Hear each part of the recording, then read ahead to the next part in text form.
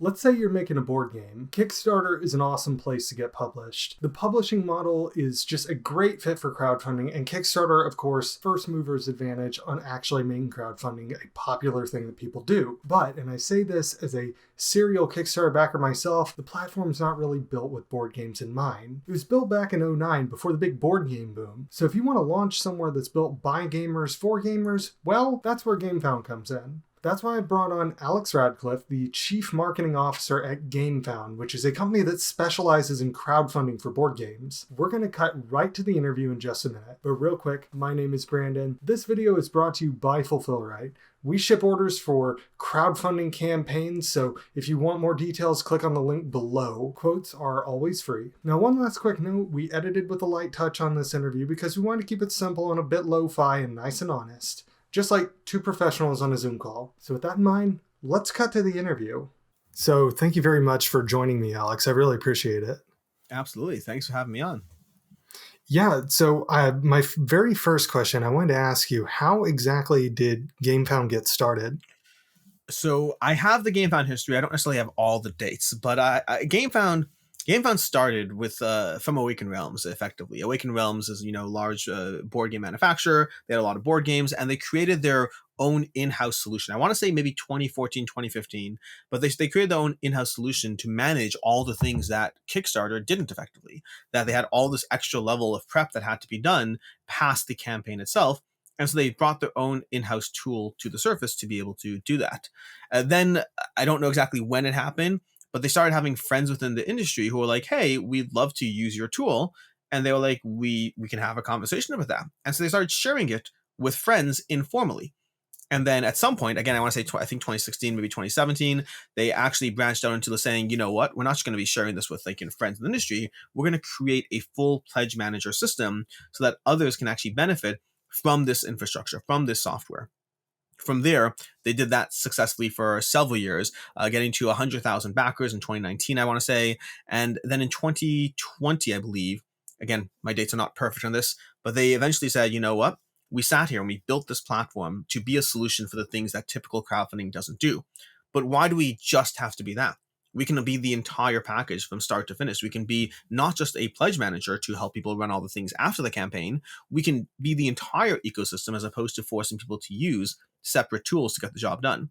And so they jumped into crowdfunding with a bang. They had hundreds of thousands of users. I think if I recall correctly, they had around 350,000 active users at that time. They've recently crossed 1 million users on the platform now, like with the diving into crowdfunding fully, all ships ahead or whatever it is, I feel is an expression I'm not using, all steams, I don't know, there's some expression, but they jumped into it fully, and they've been actively and successfully crowdfunding campaigns for the past several years now, continuing to take a larger and larger chunk out of the market every year.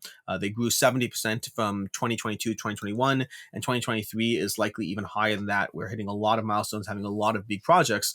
But effectively, it started as a passion project for Awaken Realms. It split off, and it's worth noting at this point as well that the ownership is completely separate. They have, not the ownership. The ownership, they have shared ownership with Awaken Realms, but completely separate companies outside of that. Completely separate employees. They communicate, obviously, but it's at this point, when they branched off into doing their own pledge manager, they recognized even then the potential issues, and they started a completely separate company with completely separate people running that company. That makes a lot of sense. And I think there's a couple of things that are really interesting about this. First being I'm hearing of more and more companies that are starting with kind of soft launches by creating in-house a thing that they always wish existed, period. They create their own software because it's the best possible option they've got. And then they show it to some friends. And then they show it to some friends of friends, or maybe a handful of people in the industry who just sort of heard about it. And then after that, they go for a soft launch, and then they go public. I think that's interesting because I don't even know that was a thing 10 years ago. It just seems to be something people are doing more and more of these days. And it's cool that Gamefound's just another instance of that kind of slow, gradual slide into a bigger business model. Yeah, I'm a coder myself to a degree, and I've gone through that. I've worked with companies that do code. I've coded in the past, and I built an entire bartering system that my partner wanted to franchise and sell outside to other people. And it's always a delicate balance where do you have enough of a framework that it could be useful to others versus when are you custom coding solutions that are just for you and it won't be perfect for everyone else. Mm-hmm. Yeah, there's probably an XKCD comic strip out there that shows this on a graph or something like that too. Um, yeah, I think another really interesting thing, and we're going to obviously cover this in depth, but I'm just going to put some context out there for somebody who just finds this on YouTube and is like kicking around the possibility of crowdfunding for the very first time. The status quo, which is only really starting to change very recently, is like you crowdfund and then you basically have to have another form of software to help you handle the pledges after the fact. Like you can use Kickstarter survey tools to collect addresses and that kind of thing, but it doesn't work very well. You can't cross sell. If people try and change their addresses, that's a mess. It's got to be handled by like direct messages. And there has been for years this kind of third party software that handles that. BackerKit, CrowdOx, that sort of thing. Gamefound does that all in one. Basically, it's like you have your crowdfunding and you have your pledge management. You just roll from one to the other. I just thought that would be some useful context to throw out there for some folks who might have just stumbled across this. Which almost answers my second question a little bit, but I'll still put it to you anyway, which is what sets Gamefound apart from other crowdfunding platforms? So Gamefound, I mean, the most biggest thing is going to be that ultimately, like you said already, there's those tools, variety of tools that are out there that will help you run your campaign post crowdfunding.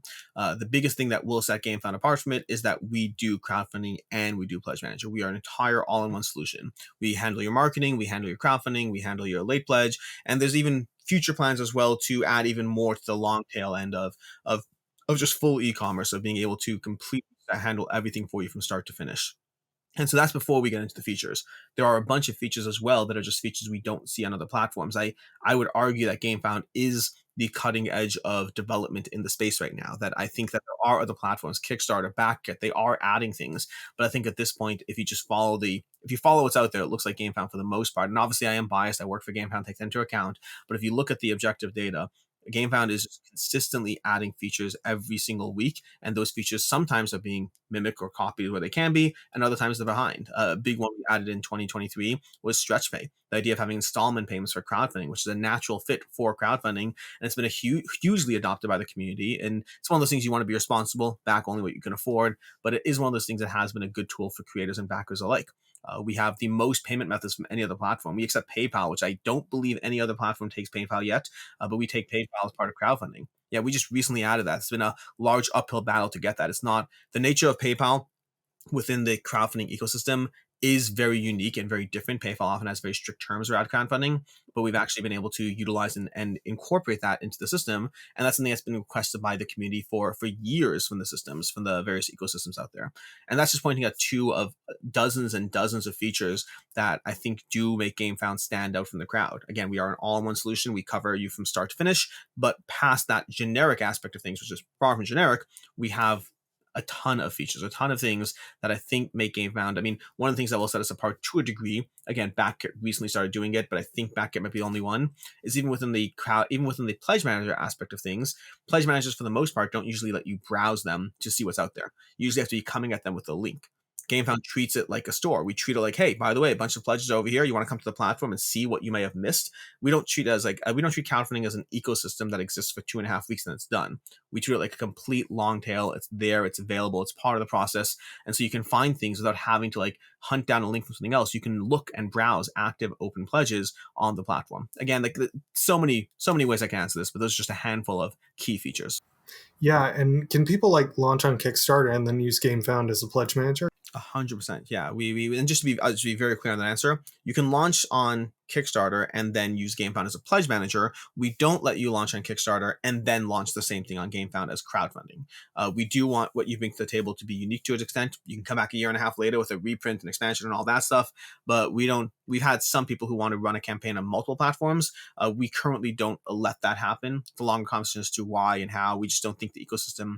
We think the way crowdfunding operates, focus is best for right now. That's obviously like any policy. It's always something we'll monitor and keep in touch with. But as far as a pledge manager, you can launch on any platform you want, on Backkit, on Kickstarter, or on Gamefound, and then use Gamefound for the pledge manager. Yeah. Now, is Gamefound still 100% board games? No, I'm gonna say no to board games. Although the question of what you count as board games. So Gamefound currently has had Like board games and accessories and stuff that are related Yes. to the industry. There we Yes. go. So Okay, it like is. tables, like what you got in the background there. Exactly. It has tables, it has accessories, it has RPGs, it has board games. We don't. I don't think we've done comics yet, but we are. I think we are in talks to do comics around board games. I think so. Like, it is very focused on the tabletop industry. We are open to expanding it to a degree, but we are very much a focused platform. We're not looking to just do generic crowdfunding. And even within, I would say our focus is likely geek focused more. I'd say that's more the focus than board game focused. So, like, the geek category, tabletops, not video games, which we'll get to in a second, but anything that might be generically in that umbrella is something we're open to. Like, we've talked with creators about doing cosplay content, for example. That's something we would consider doing. We've done escape room things, but that's kind of a game. Video games is something that we're very, very cautious about just because of the high failure rate on. We want crowdfunding to be a safe place. We want it to be or as safe as possible. And we can't control everything. Ultimately, the creator is, who has the obligation to you. But we want to cultivate an atmosphere and an environment that has a high degree of return. We don't want it to feel like you're gambling your money away. We want it to feel like you're actually paying into supporting a project and bringing it to life, but getting what you were promised to. And unfortunately, video games just have a very high failure rate on them. And so we are very mindful about whether video games is or isn't a good avenue to dive into. It may happen one day, but we are taking it very seriously. And right now we're not doing it. Yeah, and that makes sense. Let me think. So, what are some of the big projects that have launched on GameFound? Ooh, there's so many to go through, but I'll hit on a few. I mean, the biggest one this past year was the Elder Scrolls from Chip Theory Games. That, I think it hit, was it 4.7 million, 5.7 million? It did very high. I don't know exactly what it went to, but it was one of the higher projects we've had on the platform ever in general. We had Andromeda's Edge did fairly well. We had a Planet Unknown did great. We had Scarface 1920. There are so many projects that have crossed that million mark and then some on the platform, both this year, previous years. We had Tainted Grail, Kings of Ruin on the platform. We recently had Stalker from Awakened Realms that did around 3 million, and Dragon Eclipse right now as we speak is trending towards that 3 million mark as well. So there's been a lot of Firefly. Firefly was very much a surprise hit. I think that was one that I do a lot of the internal projections of the company, and so I know I have a good sense of where a project will end up just from my time in crowdfunding. I've spent a long enough here that I have a good sense of where a project will end up, regardless of what ecosystem it's on, platform it's on. But I would say that Firefly is definitely one that surprised me. That one did significantly better than I expected, crossing $2 million. And so there's been a lot of smash successes, smash hits on the platform this year, last year, hopefully next year as well. But it's been very fun to watch the platform grow. When you say Firefly, are you talking that 2000 early 2000s TV show? They're looking for a second season. You know that's what they're doing. They're going for that second season. They had a collector's edition board game from it's a 10th anniversary edition of the board game, and they brought it to the platform and did very, very well. Yeah, I mean that's it. 3 million's a little surprising on an old franchise. A franchise about 2 decades old, but man, anyway, yeah, that's a ridiculous amount of stuff that's raising in the multi-millions now. Probably sounds like. Did you guys notice a big boom during like pandemic days back when that was really getting started up? It's hard to say because crowdfunding in general definitely saw a boom. It's actually surprising. It's one of the things that wasn't necessarily expected, but crowdfunding in general saw a bit of a boom, and it's gone a bit down since then. The tricky part to gauge with GameFound is as a still newer platform, it's always hard to see exactly what affects things. Meaning Kickstarter has a not long enough track record that you can just say, oh, look at the new thing that happened and how it impacted things. Versus GameFound has been growing consistently since it started. So did we see a boom? Yes, but we've been seeing growth nonstop since we started. So how much of that is pandemic? How much of that is, the general fact that we are still, I mean, we're only 2 or 3 years old at this point. And at this point, like I don't know the exact percentage of the market share we have of tabletop games, but we have a very satisfying percentage from where we are. But again, it's very hard to say what was affected by what. I would say the pandemic had an effect only because I know it had an effect on crowdfunding in general. but it's just unknowable how much. Unknowable. And then there's Yeah. a tail end curve. There's a tail end curve of that as well. The issues that the pandemic could cause, the increased freight, the additional shipping charges, the rolling delays, and asking backers for more money had a additional effect on the tail end that brought things down. There's less confidence in crowdfunding. It's one of the reasons we introduced the stable pledge on Gamefound, basically a commitment from the creator that prices won't change by more than 10% or you get a refund. And it's an opt-in program, but it gives backers that additional confidence that the creator can't just change things without offering the refund on the table. And that was partly in response to just the uncertainties we were seeing in crowdfunding because of the pandemic. It makes a lot of sense. So I guess kind of a different direction sort of question here. What kind of pros and cons do you see for first-time creators who are thinking of using Gamefound? First-time creators are a tricky conversation, and pros and cons are the key word there, because I am a big fan of being transparent with the strengths, but also the areas where Gamefound is a little weaker. And for first-time creators, that's going to be the biggest area where we are potentially weaker. There's still many reasons to engage in the platform, but I'd also be very mindful. Meaning, effectively, Gamefound comes in with, I believe, and again, I work for Gamefound, take that bias into account throughout this entire conversation, but I believe Gamefound has the best suite of tools compared to any platform out there, just period. And I will die on that hill. I will fight you on it. I'll go through it. I just think it's the best platform. But what it doesn't have is it doesn't have the longevity and therefore the user base of Kickstarter. Kickstarter has more active users. We're growing quickly. We just crossed 1 million active users. We have around 2 million unique visitors every single month. So we are a very large platform, but we still don't compare to the scope and scale of Kickstarter.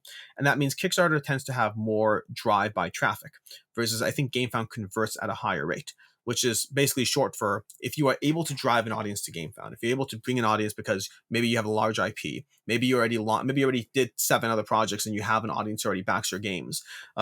Whatever the reason is, maybe your advertising is great and you have a large advertising budget and you're able to direct people there. If you have enough of a reason why people are checking out your project, I believe Gamefound will convert at a higher rate than Kickstarter. But the flip side of that is if you don't have those things, if you are a smaller creator jumping for the first time and you're hoping for more of the drive-by traffic, you might have a better time on Kickstarter initially just because of that larger user base if you don't have the tools to drive the audience yourself. And so that's always a tricky conversation where with first-time creators, I like to have more nuanced conversations about what their plans are. Sure, you're a first-time creator, but what is the draw of your project? Is the draw of your project that you're working with a large IP? Because it still may well be a great fit for Gamefound.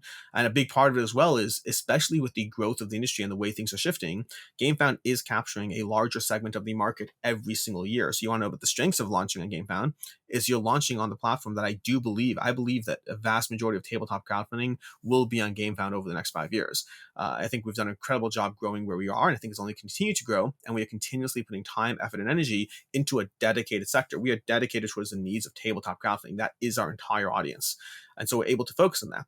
And so I think that every time you launch a project, you are building an audience on that platform. I think jumping in on Gamefound now, as it continues to grow, as it continues to be the default place, means you don't have to wrestle with a decision 3 years from now about whether to move over or not. You started there and you're growing there.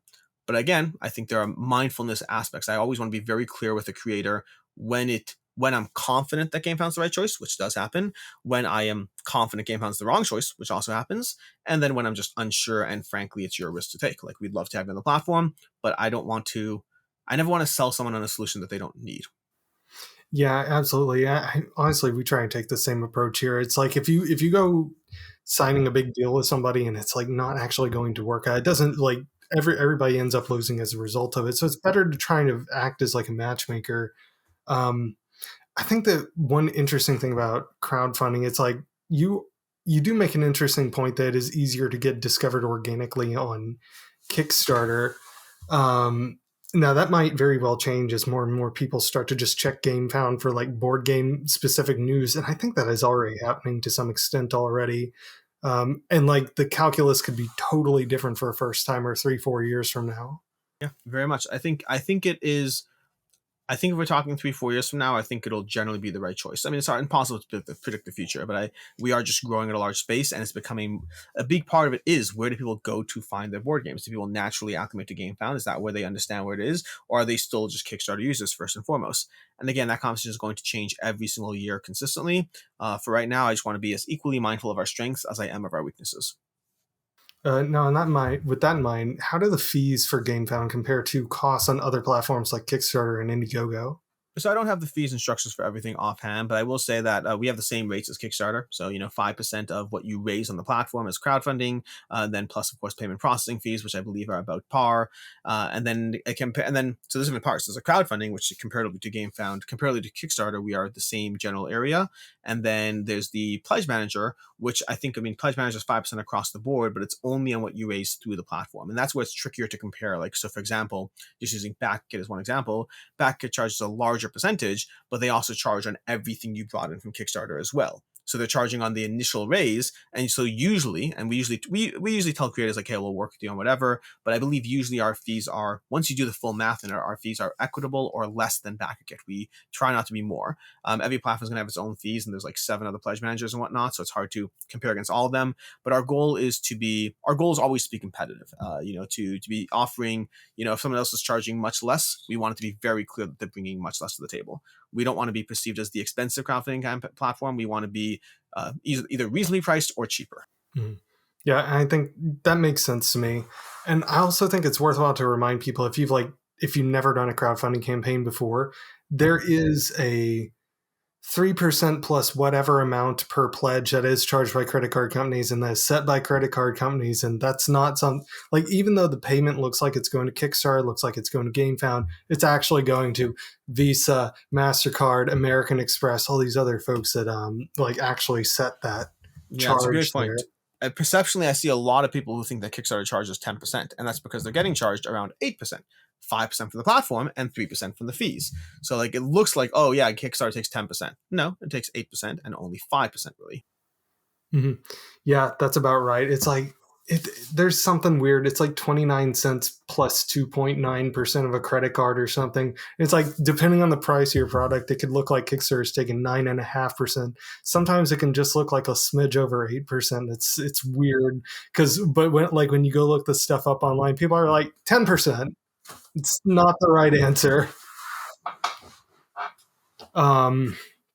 Yeah, anyway, so what additional support or resources does GameFound offer to help creators succeed, particularly when it comes to like marketing? So marketing is going to be a big one offhand, but I'd say in general we have dedicated people available to help at any time. You're always talking to a live person. We have a support team. It's you either have a direct rep depending on your campaign, or you have a team you can reach out to.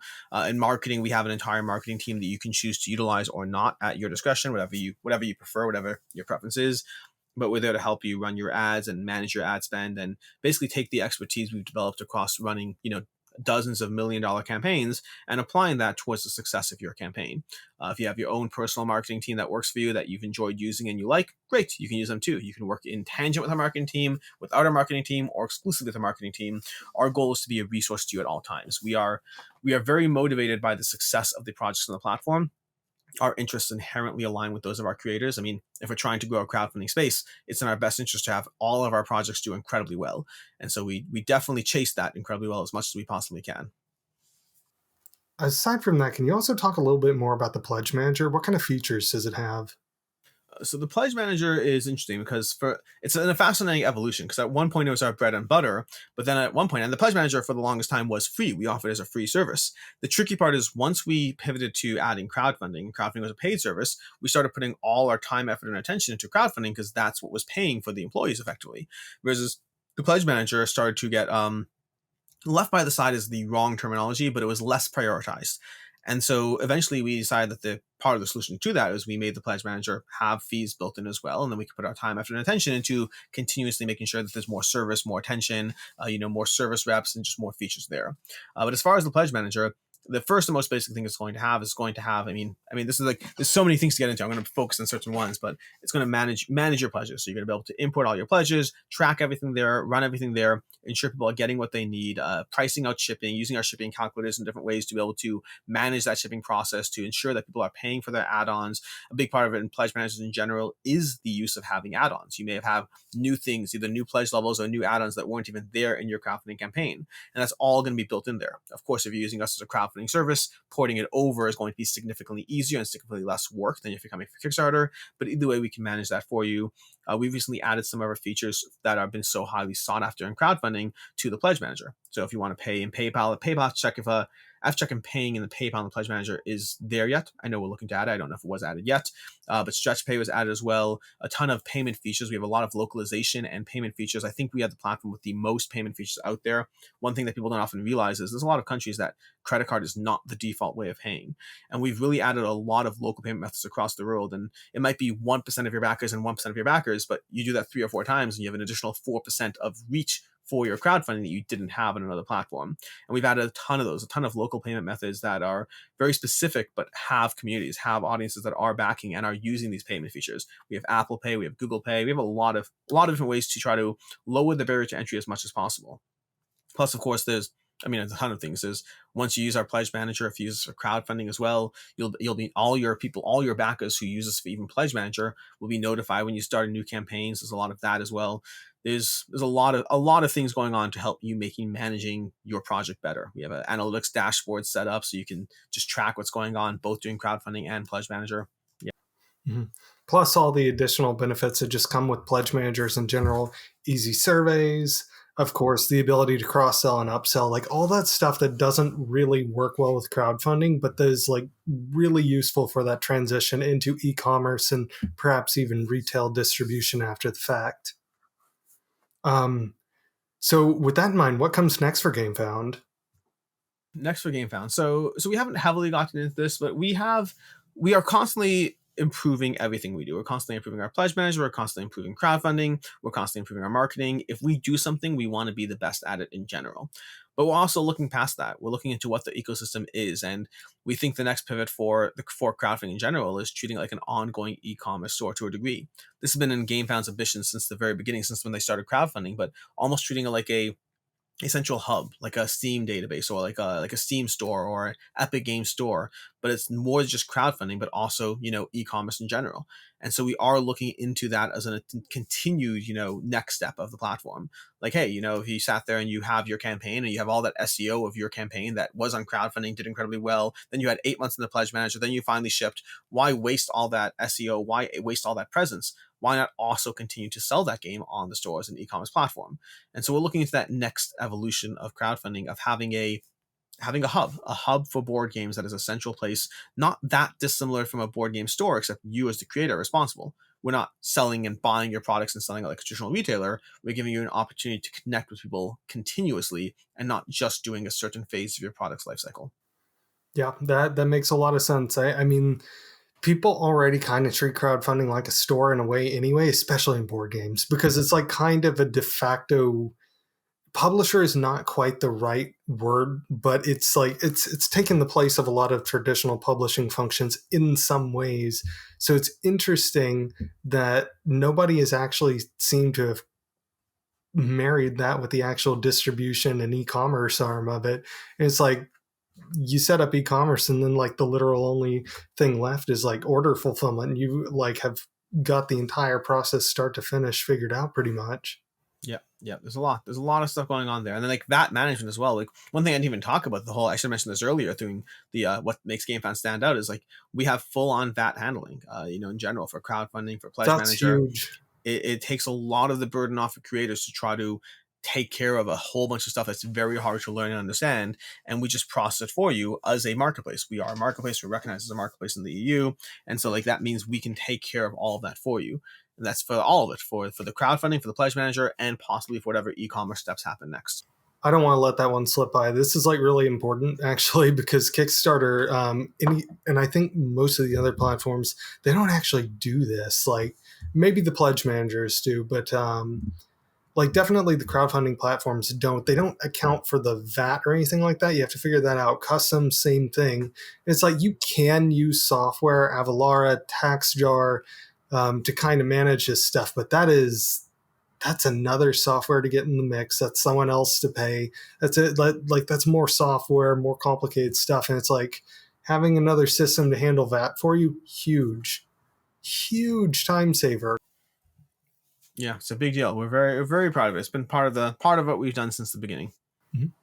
So one last question for you, and that is, if there's one message you'd like potential creators to take away from this interview, what would it be?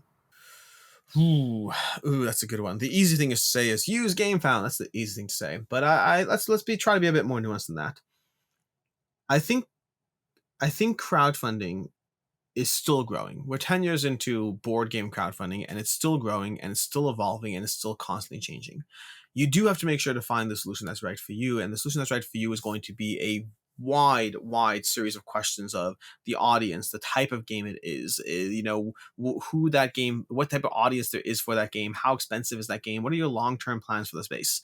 I think the biggest thing that I would caution any creator to take away from this, which is not really the focus of where we were, but I think it's a big focus, is know what you're getting yourself into. Crowdfunding is very tricky because you're effectively getting a payment upfront for a whole lot of work over the next year or 2 years, whatever it is. And it's always tricky to balance that. And so you want to make sure you're set up for success as much as possible. And that means well more than just choosing the right crowdfunding platform. It means choosing the right partners, speaking to the right people in the space, getting advice to understand what the actual things are. Don't sign up for something that seems like a good idea and it's too late before you find out it's not. And part of that is choosing the right platform. And to that end, I'll say use Gamefound, but only part of the messaging. Mm-hmm. I feel like a lot of what crowdfunding has always been pitched as an entire industry has been like, all right, let's like fund the dream. That's the idea. In reality, it's more like it's a product validation machine. You do less work than a traditional business would have to do to make a thing. You don't have to do the manufacturing yet, but you have to like prototype it and get it good. And in order to succeed, the idea has to be like valid enough to get a critical mass of people behind it. And it's like, that's still a huge amount of work, and it's still starting up an entire business. It just means that you get the money one step earlier and you get to mitigate just a little risk. I feel like that somewhat gets buried. So knowing what you're getting into, I think, is definitely good advice. Yeah, it's a lot. It's a lot. It's a very fun space to be in, but it's a space you have to work hard to be in. I completely agree. Now, at this point in the interview, I will say that anybody who wants to learn more about Gamefound, I've got all the links there, all down there in the description. Gamefound's website, gamefound.com. I mean, that's right, isn't it? It's gamefound.com, right? Yep. Yeah, gamefound.com, as well as all the social media. That'll all be down there in the description. And really, all I have left to say at this point is thank you very much for your time, Alex. I really appreciate it. Thanks for having me. Thanks for watching this interview. I appreciate it. I know that Alex at Gamefound does too. Details on both our companies are in the description. And just in case you missed the name earlier, my name is Brandon, here on behalf of Fulfillrite. If you need help shipping your orders, go to fulfillrite.com and request a quote. We've shipped for thousands of e-commerce companies before, and we're happy to help you too. The quote doesn't cost a thing, so if nothing else, you get some good information about pricing. Link in the description. Now, if you enjoyed this video, please take a moment to like and subscribe. Don't forget to slap some postage on that bell so we can express ship new videos to you as soon as they drop. Last but not least, if you have any questions, leave a comment below. I will personally do my very best to answer as many as I can. Thank you for watching.